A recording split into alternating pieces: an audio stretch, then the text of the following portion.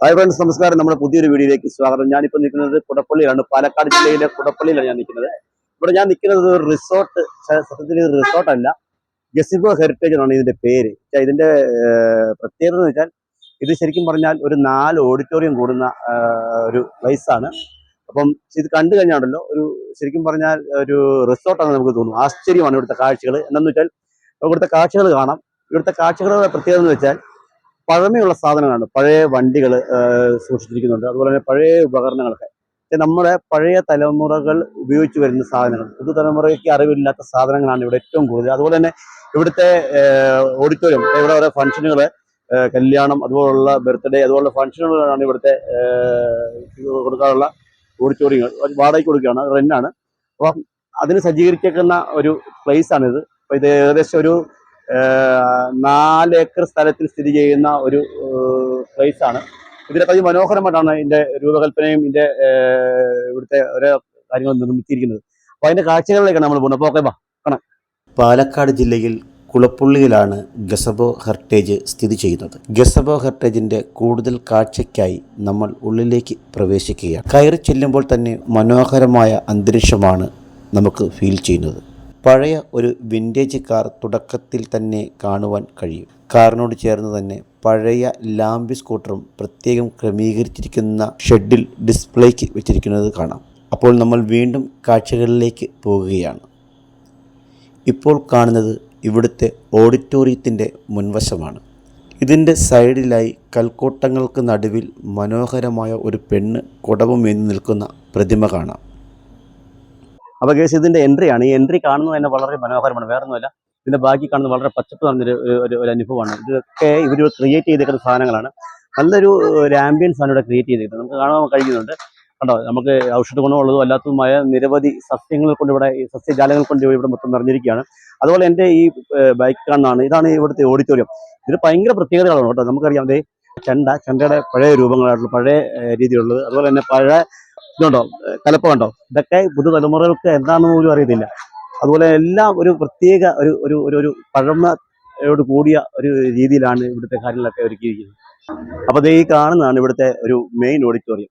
ഇവിടെ 4 ഓഡിറ്റോറിയമാണ് ഒരുക്കിയിരിക്കുന്നത്. ഇതിലെ മെയിൻ ഓഡിറ്റോറിയമാണ് നമ്മളിപ്പോൾ കാണുന്നത്.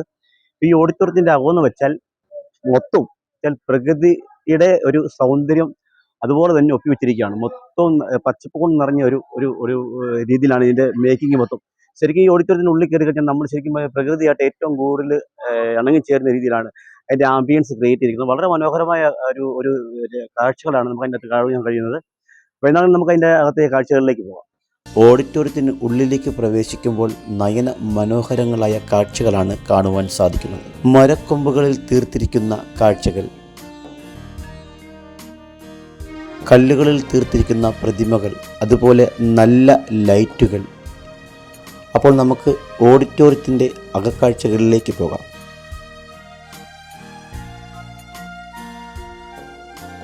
ഓഡിറ്റോറിയത്തിനുള്ളിൽ ചെറിയ തിരക്കുകളുണ്ട്. ഒരു ചെറിയ ബർത്ത്ഡേ ഫംഗ്ഷൻ ഇവിടെ നടക്കുകയാണ്. ഓഡിറ്റോറിയത്തിൻ്റെ ഭിത്തികൾ മുഴുവൻ ഇലകൾ, മറ്റു സസ്യങ്ങൾ കൊണ്ട് നിറച്ചിരിക്കുകയാണ്.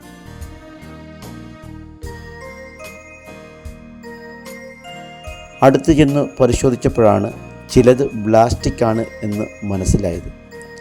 എന്താണെങ്കിലും 4 വശവും ചെടികളും ഇലകളും പൂക്കളുമായി മനോഹരമായി അലങ്കരിച്ചിരിക്കുന്നു. ചില ഏരിയകളിൽ തടിക്കഷ്ണങ്ങൾ കൊണ്ടും മരക്കഷ്ണങ്ങൾ കൊണ്ടും മനോഹരങ്ങളായ രൂപകൽപ്പനകൾ ചെയ്തിരിക്കുന്നു.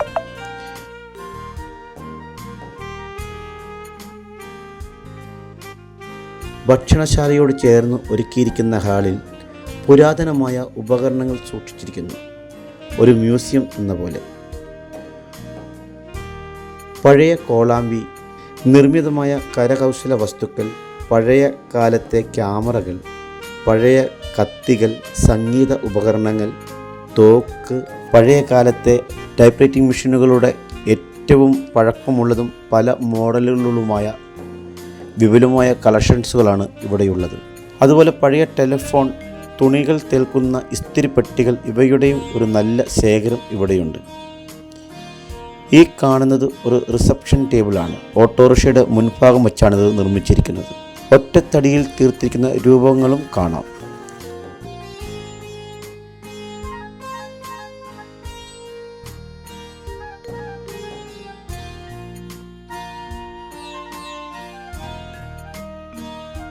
ഇത് പഴയ വാഹനങ്ങളുടെ ഒരു ശേഖരമാണ്. ഒരു വാഹനമൊന്നുമല്ല കേട്ടോ, ഇതുപോലെ പല സ്ഥലങ്ങളിലായിട്ട് കുറച്ച് വാഹനങ്ങൾ, പഴയ വാഹനങ്ങൾ നമുക്ക് കാണുവാൻ കഴിയുന്നുണ്ട്.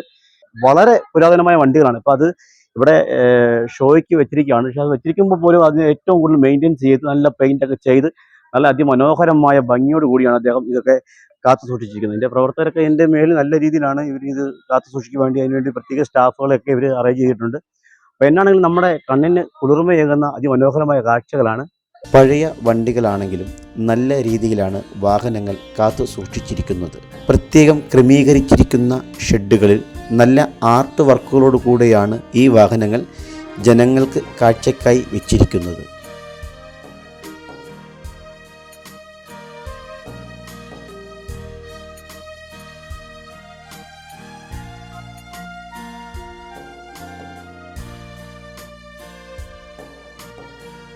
അപ്പോൾ ഇതിൻ്റെ ഈ കയറി ചെല്ലുന്ന വഴികളുടെ രണ്ട് സൈഡിലായിട്ടും പച്ചപ്പുകളാണ്. മൊത്തം നല്ല രസമാണ് കാണാൻ. കണ്ടോ? എന്നാണെങ്കിലും ഇത് ഒരു പ്രത്യേക അനുഭവം എന്ന് പറയാൻ നമുക്കറിയാലോ. ഇപ്പോഴത്തെ കാലഘട്ടത്തിൽ നമ്മൾ പ്രകൃതി ശരിക്കും നശിപ്പിച്ചുകൊണ്ടിരിക്കുന്ന ഒരു കാലഘട്ടമാണ്. മരങ്ങളും അതുപോലെ സസ്യജാലങ്ങളൊക്കെ നശിപ്പിച്ചുകൊണ്ടിരിക്കുന്ന ഈ ഒരു കാലഘട്ടത്തിൽ ഇതിൻ്റെ പ്രവർത്തകർ അവർ പ്രകൃതിയെ കാത്തു സൂക്ഷിച്ച് അതുപോലെ തന്നെ നല്ല രീതിയിലാണ് ഉണ്ടാവും. എവിടെ തിരിഞ്ഞാലും ഒരു പച്ചമയമാണ്. അതാണ് ഇതിൻ്റെ ഒരു ഏരിയയുടെ, ഈ സ്ഥലത്തിൻ്റെ ഒരു പ്രത്യേകത എന്ന് വെച്ചാൽ. അപ്പോൾ ഗെയ്സ്, നമ്മോടൊപ്പം ഗസിഫ ഹെറിറ്റേജിന്റെ മാനേജർ കൂടെയുണ്ട്. സാർ നമസ്കാരം. സാറിന്റെ പേര്? രവീന്ദ്രൻ. രവീന്ദ്രൻ. സാറേ, ഈ ഒരു ഏരിയ ഇത് എത്ര? 3 ഏക്കർ സ്ഥലമുണ്ട്. അപ്പം ഇവിടെ മെയിനായിട്ട് എന്താണ് ഇത്? ശരിക്കും കണ്ടു കഴിഞ്ഞാൽ റിസോർട്ടിന്റെ ആംബിയൻസ് ആണ്. ശരിക്കും എന്താണ്? ഞങ്ങൾ ഹെറിറ്റേജ് ലുക്കിലാണ് ഇത് പണിതിരിക്കുന്നത്. അത് വന്നിട്ട് ഞങ്ങളെ സംബന്ധിച്ചിടത്തോളം ഒരു 4 കല്യാണ മണ്ഡപം ഇതിനകത്തുണ്ട്. ഒരു 1500 പേരിൽ മേലെ കല്യാണം നടക്കുന്ന മണ്ഡപം, വലിയ ഹോളുണ്ട്. പിന്നെ 300 പേർക്കും 200 പേർക്കും 100 പേർക്കും പറ്റിയിട്ടുള്ള മണ്ഡപങ്ങളാണ് ഇതിനകത്തുള്ളത്. ഇൻക്ലൂഡിങ് ലോൺ അടക്കമാണ് നമ്മൾ ഉള്ളത്. വലിയ ഹോളിനോടും ചേർന്നിട്ടും അല്ലാണ്ട് ചെറിയ ഹോളിനോട് ചേർന്നിട്ടും ഓപ്പൺ ലോണ് ഉണ്ട്. കാരണം ഇന്നത്തെ കാലത്ത് കൂടുതൽ ആളുകളും ഓപ്പൺ ലോണിലാണ് ബർത്ത്ഡേ കാര്യങ്ങളെല്ലാം നടത്താൻ താല്പര്യപ്പെടുക എന്നുള്ളതുകൊണ്ട് അവരുടെ ഇതനുസരിച്ചിട്ടാണ് നമ്മൾ പണിതിരിക്കുന്നത്. തീർച്ചയായിട്ടും നമുക്ക് മറ്റ് ഓഡിറ്റോറിയങ്ങളും അതുപോലുള്ള കാഴ്ചകൾ കാണുമ്പോൾ അവിടെ നിന്നെല്ലാം വ്യത്യസ്തത പുലർത്തിയാണ് ഇതിന്റെ പ്രവർത്തനങ്ങളും അതുപോലെ ഇതിൻ്റെ ഇവിടുത്തെ കാഴ്ചകളെല്ലാം. എന്താണ് അങ്ങനെ ഒരു പ്രത്യേകത? പ്രകൃതിയായിട്ട് ഏറ്റവും ഇഴങ്ങിച്ചേരുന്ന കാഴ്ചകളെല്ലാം എങ്ങും നോക്കിയും പച്ചപ്പുകളുടെ കാര്യങ്ങൾ, അതുപോലെ തന്നെ പഴമയുടെ ഒരു പ്രതീകമായിട്ട് എല്ലാ കാര്യങ്ങളും പുതുതലമുറക്ക് അറിയില്ലാത്ത പഴയ ഉപകരണങ്ങളൊക്കെ ഇവിടെ കാഴ്ചയ്ക്ക് വെച്ചിരിക്കുന്നു. അത് ഞങ്ങളുടെ ഈ സ്ഥാപനത്തിന്റെ ഉടമയുടെ ഒരു അംബീഷനാണ് അത്. കാരണം മറ്റുള്ള മണ്ഡപങ്ങളിൽ നിന്ന് 100% വ്യത്യസ്തമായിക്കൊണ്ടുള്ളൊരു ഇത് വേണമെന്നുള്ള അദ്ദേഹത്തിനൊരു നിർബന്ധം ബുദ്ധി ഉള്ളത് കൊണ്ടാണ് നമ്മളത് അങ്ങനെ ചെയ്തിരിക്കുന്നത്. കാരണം മാത്രമല്ല, ആൻറ്റിക് ഐറ്റംസിനോടൊക്കെ അങ്ങേർക്ക് വളരെയധികം താല്പര്യം ഒരു വ്യക്തിയാണ്. അതേമാതിരി തന്നെ ഇവിടുത്തെ വർക്കുകൾ എന്തായാലും ശരി അതിനോടനുബന്ധിച്ചെല്ലാം ചെയ്യുന്നത് സാറിൻ്റെ കൂടെ തന്നെ അതിനോടനുബന്ധിച്ചുള്ള ടീം വർക്ക് തന്നെ ഇതിന് പിന്നിൽ പ്രവർത്തിക്കുന്നുണ്ട്. അവരുടെ എല്ലാ ഒത്താശയോടും, കാരണം സാറിൻ്റെ മനസ്സിലുള്ള ആഗ്രഹം അവരോട് അത് അറിയിക്കുകയും അതിനനുസരിച്ചിട്ടുള്ള വർക്കുകൾ ചെയ്യുന്ന ആളുകൾ ഇവിടെ ഉണ്ട്. തീർച്ചയായിട്ടും വളരെ സന്തോഷം. ചേച്ചിയുടെ പേര് എങ്ങനെയാണ്? പത്മിനി അല്ലേ? ഇവിടെ വർക്ക് ചെയ്യാണ് അതല്ലേ? ഇവിടെ ഒത്തിരി ചെടികൾ അതുപോലെ തന്നെ വൃക്ഷങ്ങൾ, ഇതെല്ലാം പച്ചപ്പ്, പ്രകൃതിയുടെ ഒരു നല്ലൊരു അനുഭവം. ഇവിടെ ശുദ്ധവായു കിട്ടുന്നുണ്ട് അല്ലേ? ഒരു പ്രത്യേക ആംബിയൻസ് ആണ് ഇവിടെ വരുമ്പോൾ. അപ്പൊ ഇതിന്റെ പുറകിൽ നിങ്ങളാണോ ഇതിന്റെ ബാക്കിയുള്ള കാര്യങ്ങൾ പറഞ്ഞിട്ടാ? ഞങ്ങളുടെ സാറാണ് ഞങ്ങളുടെ എല്ലാറ്റിനും ധൈര്യം തരുന്ന ആള്. സാറ് നമ്മൾ എന്ത് പറയണോ ഞങ്ങൾ അതിനനുസരിച്ചിട്ട്. സാറിന്റെ പേരെന്ന് പറയാം? സാറ് അശോക് നായർ. അദ്ദേഹം ഒരു പ്രകൃതി സ്നേഹിയാണ്. ബാക്കി പിന്നെ ഇവിടെ എത്ര സ്റ്റാഫുകളുണ്ട്? ഞങ്ങള് 10-20 സ്റ്റാഫുകളുണ്ട്. വളരെ ഹാപ്പി ആണല്ലേ? അതുപോലെ തന്നെ ഇത് ഒരു പാർക്കിന്റെ ഒരു അറ്റ്മോസ്ഫിയർ ആണല്ലോ ഇവിടെ. ഇവിടെ എല്ലാ കാഴ്ചക്കാരൊക്കെ വരാറുണ്ടോ? ഷൂട്ടിങ്ങിന് ഇതിനൊക്കെ ചോദിച്ചിട്ട് വരാറുണ്ട്. നമ്മൾ അങ്ങനെ പുറമേക്ക് നമ്മൾ കൊടുക്കാറ്. അതുപോലെ തന്നെ പ്രമുഖരായ ഗസ്റ്റുകളൊക്കെ ഇവിടെ വന്നിട്ടുണ്ടോ? ഇവിടെ ഞങ്ങൾക്ക് ഗസ്റ്റ് ഹൗസ് ഉണ്ട്. ആരാണ്? ഞങ്ങൾക്ക് guest house 5 rooms guest house ആയിട്ട് കൊടുക്കുന്നുണ്ട്. ഞങ്ങളത് കമേഴ്ഷ്യൽ പർപ്പസ് അല്ല, ഇവിടെ കല്യാണം ബുക്ക് ചെയ്യുന്ന ആളുകൾക്കും വേണ്ടിയാണ് കൊടുക്കുന്നത്. ഇപ്പോൾ CM കേരളത്തിലെ മുഖ്യമന്ത്രി പിണറായി വിജയൻ അടക്കം ഇവിടെ വന്നിട്ട് 2 പ്രാവശ്യമായിട്ട് 3 ദിവസം ഇവിടെ താമസിച്ചിട്ടുണ്ട്. അപ്പൊ തീർച്ചയായിട്ടും നമുക്ക് CM ഒക്കെ വന്ന് ഇവിടെ താമസിക്കണമെന്നുണ്ടെങ്കിൽ അപ്പൊ നമുക്കറിയാലോ അതിന്റെ പ്രാധാന്യം പ്രത്യേകിച്ച് പറഞ്ഞറിയേണ്ട കാര്യമില്ല. പറഞ്ഞു.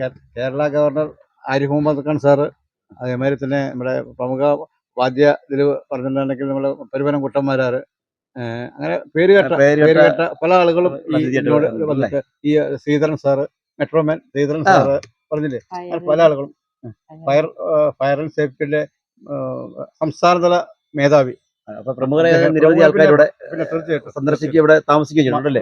മന്ത്രിമാർ സ്ഥിരം മന്ത്രിമാർ പല പരിപാടികളും പങ്കെടുക്കാനായിട്ടും ഒരു ആദ്യം ഷൊർണൂർ എന്ന് പറഞ്ഞാൽ ആദ്യം സജസ്റ്റ് ചെയ്യുന്ന സ്ഥലം ഗസീബോ ആണ്. കാരണം അവർ എക്സ്പീരിയൻസ് വെച്ചിട്ട്, കാരണം അത്രയും സപ്പോർട്ടിംഗ് ആണ് ഞങ്ങൾ ഇവിടെ വരുന്ന ആളുകൾക്ക് ചെയ്തു കൊടുക്കുന്നത്. അത് തന്നെയാണ് അതിന്റെ പിന്നിലുള്ള ഏറ്റവും വലിയ രഹസ്യം. എന്താണെങ്കിലും നിങ്ങളുടെ എല്ലാം സാറിന്റെ അദ്ദേഹത്തിന്റെ മാത്രം ഒരു പ്രവർത്തനത്തിന്റെ ഫലമല്ല, നിങ്ങളെല്ലാം കൂട്ടായ ഒരു ടീം വർക്കിന്റെ ഫലമാണെന്ന് ഞാൻ വിശ്വസിക്കുന്നു. അപ്പൊ എന്താണെങ്കിലും പ്രത്യേകിച്ച് ഞാൻ കോട്ടയം ജില്ലയിൽ നിന്ന് വരുവാണ്. എനിക്കിത് കണ്ടപ്പോൾ തന്നെ ഒരു ആശ്ചര്യം തോന്നി. അപ്പൊ എന്നാലും നിങ്ങളുടെ പ്രവർത്തനങ്ങൾക്കും ഈ സ്ഥാപനത്തിനും എല്ലാവിധ ഐശ്വര്യങ്ങളും നേരുകയാണ്. അപ്പൊ നമുക്ക് വീണ്ടും കാണാം. Okay okay okay thanks. നമ്മുടെ ഈ കാഴ്ചകളൊക്കെ നിങ്ങൾക്ക് ഇഷ്ടപ്പെട്ടെന്ന് കരുതുകയാണ്. വളരെ മനോഹരമായ ഒരു കാഴ്ചയായിരുന്നു. അപ്പോൾ തീർച്ചയായിട്ടും കുളപ്പള്ളി എന്ന് പറയുന്ന ഈ സ്ഥലത്ത് പാലക്കാട് ജില്ലയിലാണ് സ്ഥിതി ചെയ്യുന്നത്. അപ്പോൾ ഇവിടെ നിങ്ങൾ വരണം, വന്ന് ഈ കാഴ്ചകളൊക്കെ ഒന്ന് കാണണം. എന്താണെങ്കിലും ഈ എപ്പിസോഡ് നിങ്ങൾക്ക് ഇഷ്ടപ്പെട്ടെന്ന് വിശ്വസിക്കുകയാണ്. അപ്പം നമുക്ക് മറ്റൊരു വീഡിയോയുമായി വീണ്ടും കാണാം. ബൈ.